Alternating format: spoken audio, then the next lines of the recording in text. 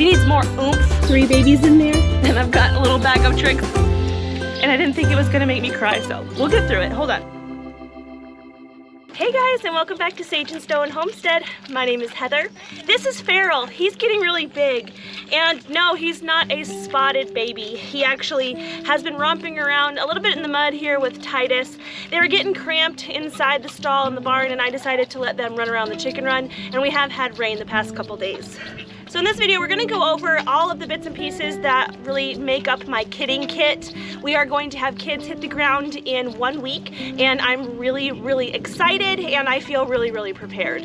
The grass is also starting to grow, and I really want to check on the 6-acre pasture that I have for my goats and see if I can maybe pull back the amount of hay that I'm feeding them. So we're gonna do a fence line walk, and we're gonna check out all the pregnant girls, and wait till you see this guy next to Titus. He's a monster. It's because when he drinks his bottles, he doesn't come up for air.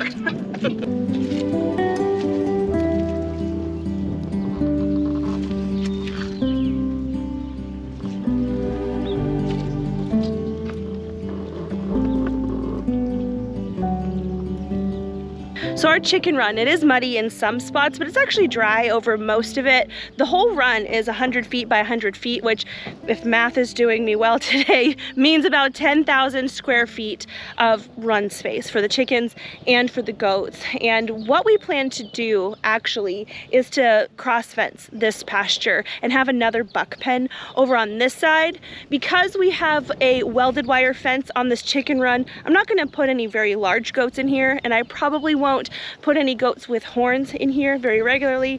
These types of fences just don't hold up well to the wear and tear of even a small Nigerian dwarf. They stand on it, the welds pop. So knowing that it's going to be an area for small goats, and we know we're going to have to replace the fence with a woven wire fence eventually. So we have this gate along the side here. This is going to be the entrance to the new buck pen, and so the fence is going to go straight on back that way, and this whole side is going to be for some goats.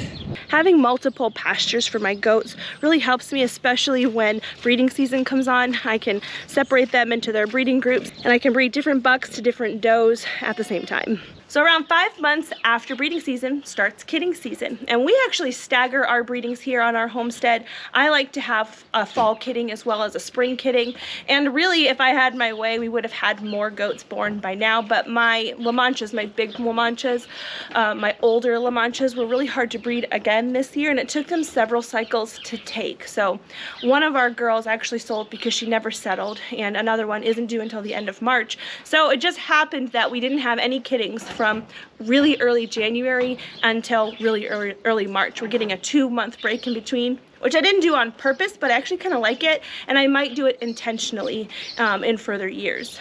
So we're coming up on kidding season, and it means that I need to make sure that my kidding kit is well stocked and I know where everything is, because when things get a little bit scary, like they sometimes do, it really helps to be organized, because you don't want to be scrambling for things that you know you have, you just can't figure out where they are. So I have 2 different groups here. I have the stuff that I bring to the barn, stuff that I'm gonna want in a pinch really quickly, and other stuff that can wait. I don't necessarily need to bring it down to the barn with me. If I need it, I can go to the house for it, and it's not a big deal. So we'll go over the immediate stuff first. We have 3 kidding stalls set up in our barn, and there is wire up high, and I am able to hook my kidding kit up high and keep it off of the ground, keep it out of the way. I really like this feature of the kidding kit. It means I can have all my stuff with me and it's not in the way. So of course, Captain Obvious, we have towels. Birth is messy and towels are really helpful. If you have multiple does giving birth within probably about a week and they may have multiple kids, you might need more towels than you think. So I'm gonna pull things out of my kidding kit in no particular order. Really the things that I think I'm gonna need the least are on the bottom, and so we'll get to those things eventually, but they're just as important as the first things that I'm gonna be pulling out. So I guess I'll pull out my book first. This is one of 2 books that I have that I reference quite often. This book, I will link it in the description box below, has a lot of very good information and a lot of very good visuals for when you might need a little bit of help giving your goats help during labor and delivery. So in this book, it goes over what a normal delivery should look like, what maybe are signs that things aren't going well, and different ways that you can help your goats if they do need help kidding. This is one of my favorite chapters, if you will. This section goes over potential different positions that babies could be in, different ways that they can get tangled up, and the different ways that you can help them be untangled and be born alive. We've seen quite a few of these scary positions here, and I always reference this in the off season, in the on season, so everything is fresh in my mind. And this book and its advice inspired a lot of what I have in the kit. I do have some puppy pads here. These aren't the best for absorbing birth liquids in my experience, but if I do need a little bit extra help, like my towels are saturated and I don't really have the time to run back to the house, these will work in a pinch. So these are things that I actually use quite often. I have comfrey leaf tea and red raspberry leaf tea that I'll give to my does in labor, really no matter how they're doing. If they're doing well, I'll still give this to them. The red raspberry leaf tea is really, it's a uterine tonic, and it can help their contraction just be more regular and more efficient. And then the comfrey leaf tea is good for healing, general healing. And birth is a little bit traumatic. There is a lot of healing to be done afterwards, so this is a great tea to have on hand. All I do is open up the bag and put it under the doe's nose, and she eats as much as she likes. Would you be surprised? They know how to dose themselves. They don't just gobble the whole bag down at all. I also keep on hand a few different nutritional supplements, and these are for the kids mostly, but you can give the does something like Jumpstart or this B vitamin if it seems like they're really stressed out. And what these little supplements are is basically just multivitamin. It gives them a really great vitamin boost, it gives them a probiotic boost, and it gives them energy where they may be lacking. So for kids and does alike, this is really great to have. Seems like I've got a full tube of it, so that's a good way to start the season. I like to keep this little oral B vitamin on hand. B vitamins are really important for rumen function. When babies are first born, their rumen isn't functioning, but it also helps with brain function. And from what I've been told, the oral form of B vitamin is a lot more readily absorbed than the injectable form. You would think that if you inject something into the body, it just absorbs immediately, but it's not actually true. So keeping an oral B vitamin on hand is a great thing for your medicine kit in general. I also have this little Achieve Pro tube. I've used this quite a lot when my kids just seem a little bit sluggish after birth. This is a lot like the Jumpstart and is probably redundant to the Jumpstart, and I don't imagine you need this and the Jumpstart. I just saw Crystal with Blue Cactus Dairy Goats. She recommends this, so I bought it. This is a tube of electrolytes. Sometimes when the does are in labor and they're kind of stressed out, they don't want to drink water. Even if you put molasses in it, even if you put Nutri-Drench in it and you try and sweeten the deal, they usually, like, if they're stressed out, they don't want to drink, and their electrolytes can get depleted. Electrolytes are important for muscle function, and so if your doe gets dehydrated, her uterus, which is a muscle, may not be functioning well, and it can just be a snowball effect. So having electrolytes to give her that's not, you know, a water form or a liquid form is really helpful. On that same note, I do have a specific calcium drench. Calcium is a mineral that is in electrolyte solutions. It's really important for muscle function as a whole. And if I notice, maybe I have an older doe that seems like her contractions or her efforts to deliver the baby really aren't, she needs more oomph behind what she's doing, calcium can really help. So I've got this calcium drench, and I've given it a few times to some of our older does. I always keep a thermometer on hand, you know, just in case. If you have a sick goat or a down goat, the first thing you should do is check their temperature, because that's going to lead you into what maybe the solution is for helping them out. So always have a thermometer. We have these clamps. Clamps may not be expressly necessary, but what you do want is something like dental floss or a really thin thread that is strong, just in case you happen to need to close off the umbilical cord. So when the kids are born, you don't really want to cut the cord. What you want to do, if it doesn't break on its own, which 99% of the time it does, you actually want to take the kid and pull it up towards mom's udder and up towards mom's face and allow that cord to stretch and snap. And what that does is it seals off both ends of the cord, and really the bleeding should be very, very minimal. But if you had to cut the cord, you would want to clamp or tie a very tight knot with a thin cord like dental floss on the baby's side and on the mom's side of the umbilical cord, about 1.5 inches apart, and then cut in the middle of that. But if at all possible, it's best for it to just to just break, to just stretch and snap.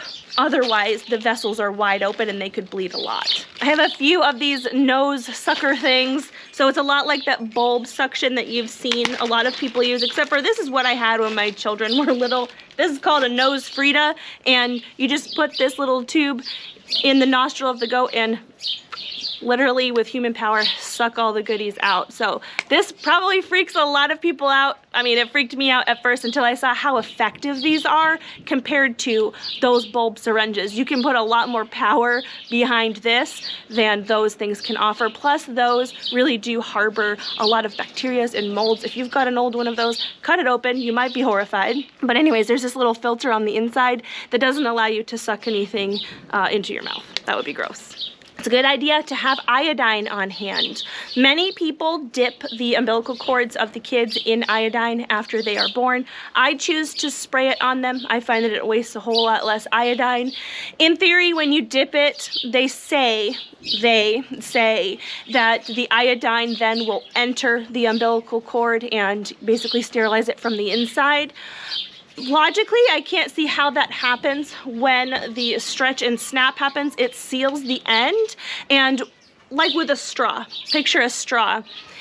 In order to suck up anything from a straw, the opposite end has to be open. There has to be a way for the air or whatever in the straw to displace. And if you cover the end of a straw and put it down in water, nothing is getting up in there because there's nowhere for that air to go. And no, there's not air inside the umbilical cord. But even if you had water inside of the straw, so you put the straw down in your drink, you put your thumb over top and lift it up, you've captured some water in there. If you were to move this water into like a glass of milk, the milk isn't going to be able to get through the water up into the straw because the water would then have to be displaced. You'd have to release your thumb and then the water could come out and the milk and water could mix. Anyways, that's a long explanation of why I don't see logically how the iodine would enter the umbilical cord, but I'm not a vet. Do whatever your vet tells you. This has worked for us and we've never had a case of joint ill.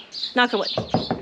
Really, the best way to prevent joint ill is having clean kidding areas. All right, so now we get to the difficult part. Let's say something goes wrong and you can see that your doe is stressing out and you need to help her. You're going to want to help your doe with very clean hands. So it's important to have something portable on hand with you in the barn for you to be able to clean your hands. So I've got this box of Sandy Hands that was given to me by my friend Dee at Buck Creek Stables. Thank you.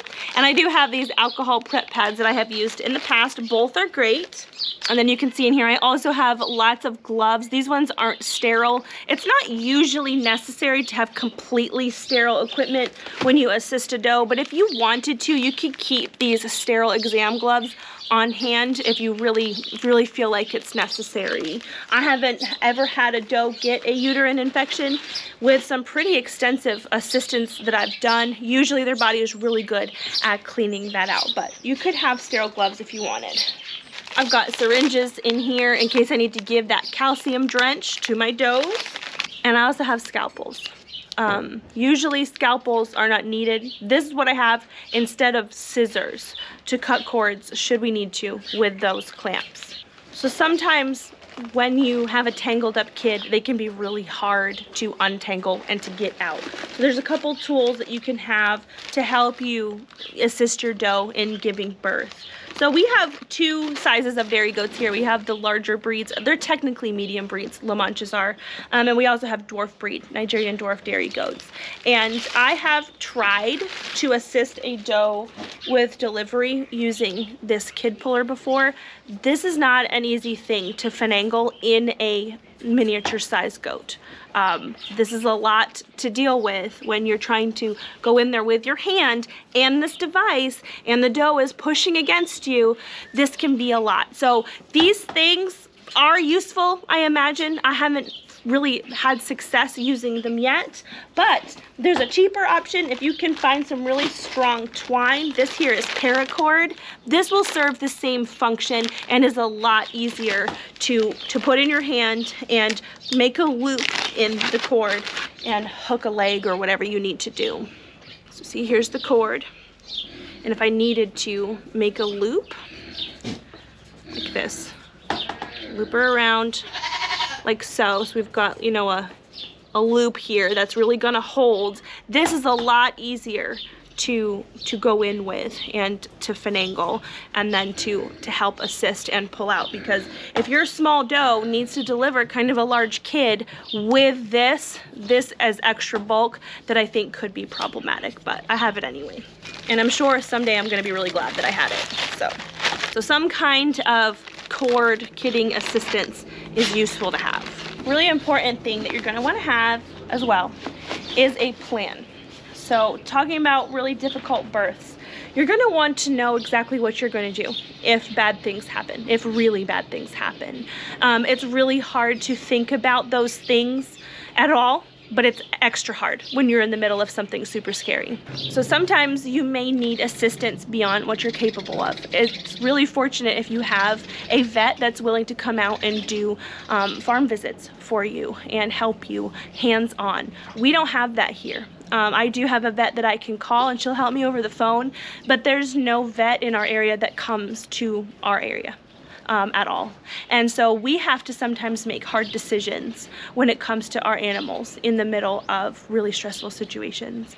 So we're coming up on the anniversary of when it happened. I don't exactly remember what day in March. It was probably like March 1st or something. Like, we're coming right up on it. And I didn't think it was gonna make me cry, so we'll get through it. Hold on. So last year I had a doe in labor. It was one of my La Manchas. Her name was Bunny Hop, and it was pouring down rain outside. It was a torrent of rain outside, which happens a lot in the springtime here. It was nighttime, and she was doing really well with her labor until suddenly she wasn't. She wasn't progressing anymore. She wasn't in my face anymore. She was really keeping to herself and just not acting right. And so I decided I was gonna check and see how the baby was doing, and she did not have, like, it didn't feel normal inside of her. I've done a few different assistants. I've assisted a few times with births, and this wasn't the same. And we have done quite a few animal processings, deer processings. We've done enough of them where I knew that when I reached in there, what I was feeling was intestines. It was not what you should feel when you enter in a doe to help her give birth. And so really quick decisions had to be made. Our vet is an hour and 20 minutes away. And once the doe's uterus ruptures, she's bleeding. She's bleeding on the inside, and because her and the baby are, you know, connected to that uterus, they're both losing blood. So in those times, you have to decide, what are you going to do? And so part of your kidding kit might need to be a euthanasia plan. There are drugs that you can give them. I think they're prescription, so you'd have to talk to your vet and get those on hand. We didn't have those. Our euthanasia plan is a gun, and so we have one, and I used it. Unfortunately, I was unable to save the buckling, but my doe was put out of her misery very quickly, and it's just something that you want to have a plan for. So keep your vet's number close. Keep numbers close of people that might be able to help you. If you have a goat mentor, something like that. I actually have our vet's number written down in the front of the book, because let's say I'm in a scramble and maybe I've got a friend here and she needs to call the vet because I'm, you know, elbow deep in the doe trying to assist. I've got her number here, and I've got her hours here. Our vet does have after hours. She will do on-call stuff, but like I said, she doesn't come all the way out here. But she was very helpful to me that night. She did everything she could. All right, moving on.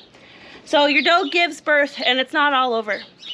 There are things that have to be done in the aftercare for both the baby and for mama. So we talked about the iodine.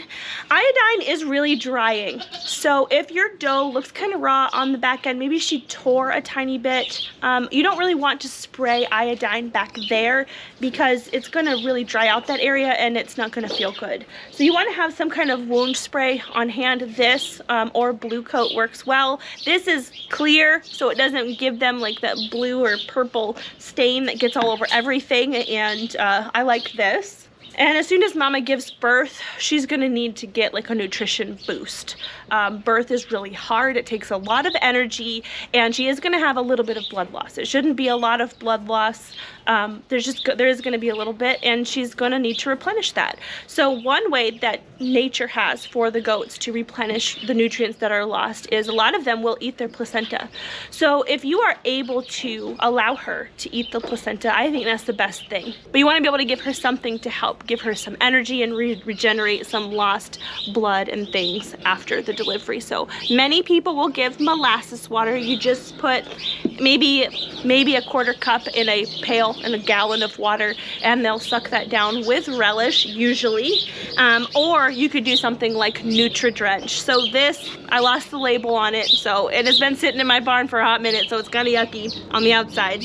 But both of those are really great. They're a lot like the Jump Start or whatever, where it gives them minerals and a nutrition boost. And the sweetness of the molasses has them drinking a lot of water, which they really should be after they deliver. And I've got a little bag of tricks. This is not everything. Like, I've got more goat medicine and stuff inside, but this is just stuff that could pertain to mama or baby after the delivery. This is stuff that I don't necessarily have to have right at my fingertips right at the birth, but stuff that's good to have nonetheless. So I crocheted some little kid jackets back in the day, and these are awesome for when it's cold out. I usually don't put jackets on the kids unless it's 20 degrees Fahrenheit or below. Otherwise, they generally are just fine. We do have heat lamps in our kidding stalls, and I don't anticipate needing to turn them on because it doesn't look like in our, the next 2 weeks forecast that we're really going to be seeing cooler temps at all. This is my selenium prescription that I have for my goats. So you can get the selenium in a paste form, or you can get selenium like this, which is the injectable. It was brought to my attention that maybe sometimes the selenium paste doesn't have enough selenium in it to really make a difference for the selenium content in the goat's body. And so our vet prescribes us this Bo-C injection, and we give this twice a year. And if I had a kid come out that wasn't able to use its back legs very well, or maybe was kind of weak or whatever, I would consider that they may need an injection of selenium. Usually it's not a problem if the doe is okay on her selenium content, and if the doe has a kid that has an issue and needs the selenium, it's a good idea to give it to the doe as well, because if she had enough of it, the kid wouldn't have a problem. I have dextrose, and this is something I have on hand just in case we have a kid that maybe it got a little bit hypothermic and it's kind of weak and it did not drink milk. It wasn't able to get colostrum within the first 6 hours, or maybe it doesn't seem strong enough like it's going to be able to get colostrum in the first 6 hours. First, we need to make sure baby is warm. Baby needs to be at least 100 degrees Fahrenheit before it's going to have a suckling reflex. If you try to feed a baby that is cold, it's going to probably aspirate or breathe in that formula or that colostrum, and it won't be a good thing. That would be a death sentence to have fluid on the lungs when you're already that weak. So in order to get their energy up after they're already warm, you can give a dextrose injection. And I have never done this. I've never given this, but I've seen Sandy Brock do this up in Canada at her sheep farm. And the stuff is relatively inexpensive. It was $3.79 for this whole bottle. And so if need be, I will figure out how to use it. And basically what you do, from what I've seen Sandy do, is you give an injection straight into the body cavity of the kid. It's like an inch over and an inch down in their body cavity, and I don't exactly know how much, but this gives them just enough sugar in their system for them to perk up and have the willingness to eat. I've got aspirin, and I also have a tiny bit of Banamine left, and both of these are pain relievers. I like aspirin better because Banamine can be pretty hard on the goat's rumen. The rumen is a really important organ in the goat. It's vitally important for them, and so having minimal rumen stress is really important, and they can be given aspirin. I believe the dosage is 1 aspirin per 60 pounds, but double check me on that. So if you have a goat with a difficult delivery, it's great to have pain relievers on hand. At least it's kind to have pain relievers on hand. Another thing that can happen to a doe, especially a heavy producer, even before delivery, but sometimes it doesn't happen until after, is hypocalcemia. So we talked about before where calcium is really important for muscle function. It is. And sometimes when the doe goes into milk, she puts a lot of milk in her udder, her body will actually sap the calcium out of her blood in order to place it in the milk.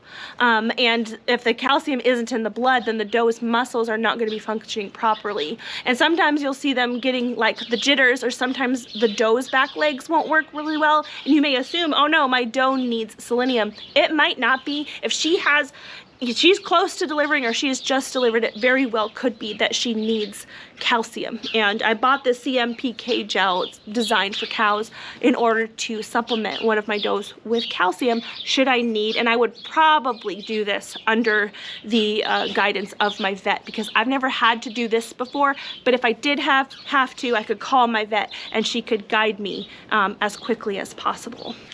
So I also have a tube feeder. I've never had to use our tube feeder before.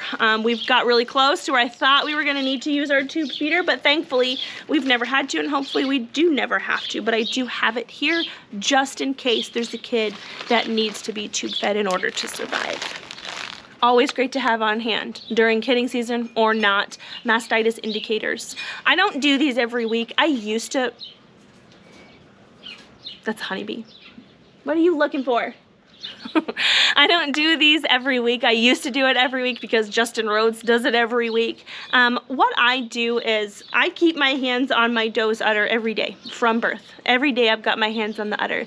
And if I feel like something is off, like maybe her udder is a little bit warm, or I'm noticing that there's like a thick globules in the milk that's not colostrum, I'll be doing a mastitis test. And these are really simple. All you do is squirt a little bit of milk on these little orange dots here.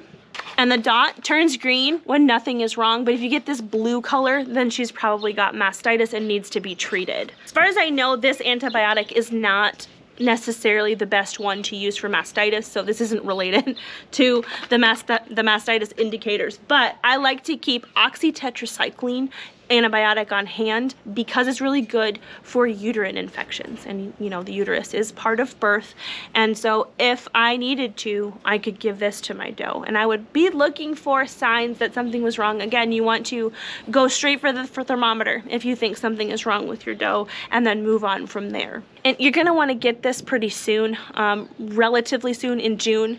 Over-the-counter antibiotics are going to be a thing of the past. You're going to have to go through a vet very soon in order to get these kind of antibiotics. And so if you don't have something like this right now, go ahead and get it. Get a couple different classes of antibiotics, because different antibiotics do best with the different parts of the body and with different infections. And then of course we have needles and syringes in order to administer those injections. I had someone recently ask me about my drenching gun. This is pretty useful to have. I have the 30 ml size. They come in smaller sizes and probably in larger ones too. I find that this is a really good size for the dosages of things that we give here. I don't use this often. Actually, I just unearthed this. I had lost it.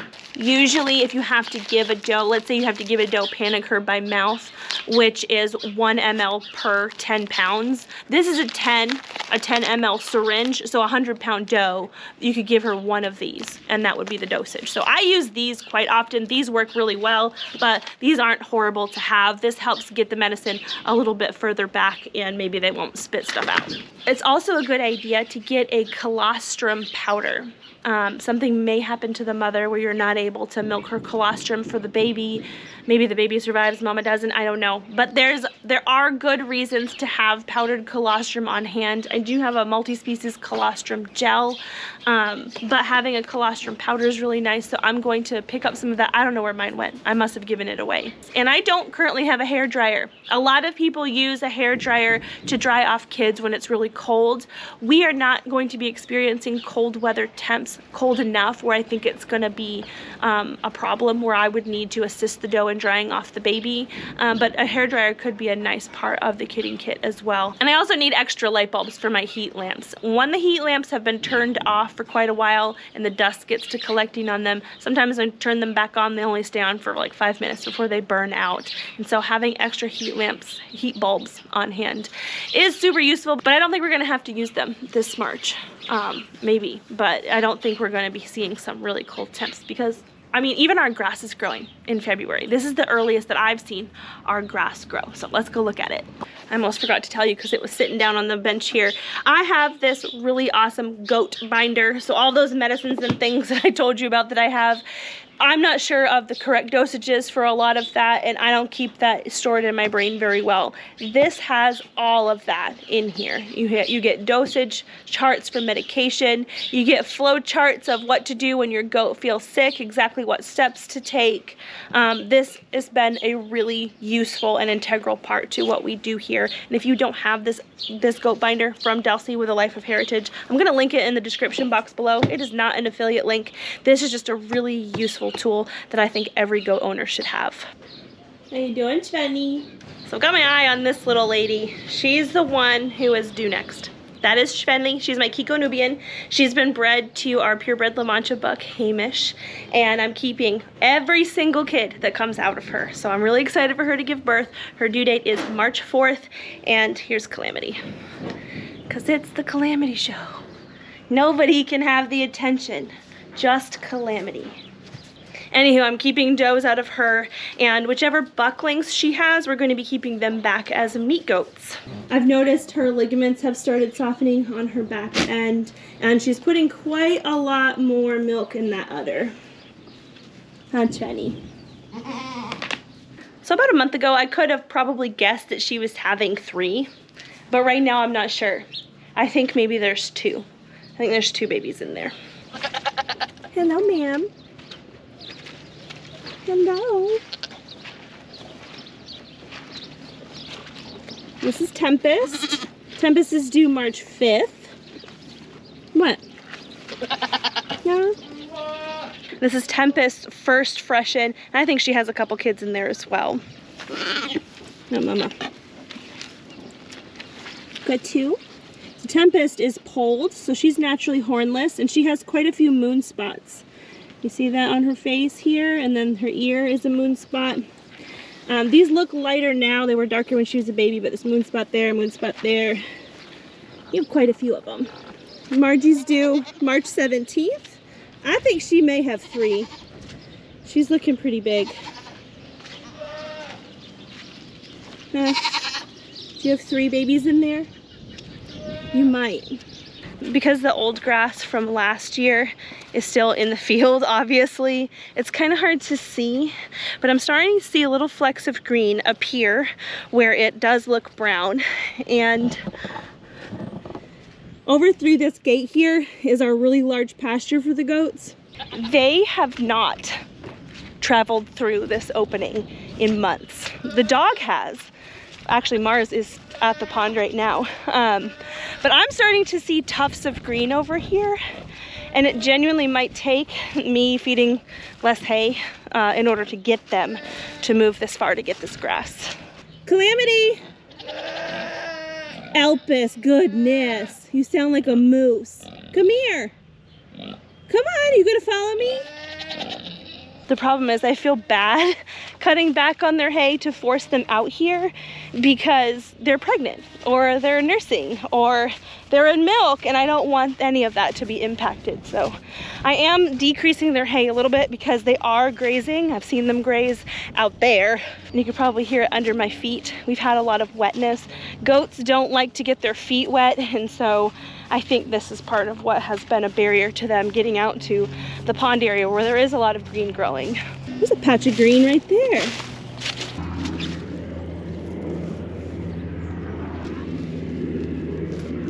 So there's more green out here than I could see from the barn, which is a good thing. It's really short and it is close to a lot of moisture, so it's not ideal for goats to graze on pasture that short at all. So I do have quite a few bales of hay left, and I do have the ability to get more hay should we need, but it looks like the pastures have already started growing. Hey baby. Hey mommy. What you doing? You keeping those deer out? You good boy. Yeah. Our land is pretty flat, but we've got this little hill over here by our pond, and this is where I thought I could see green coming in, and there's definitely green grass over here.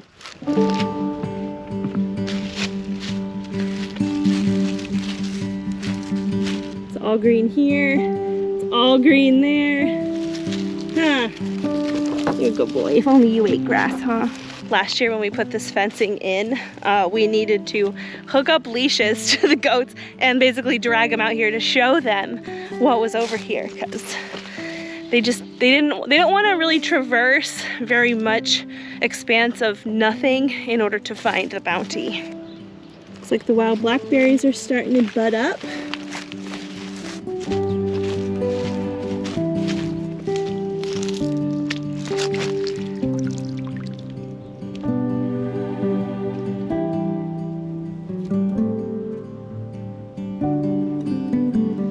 Last year we had a pretty decent drought in our area and our pond decreased by half.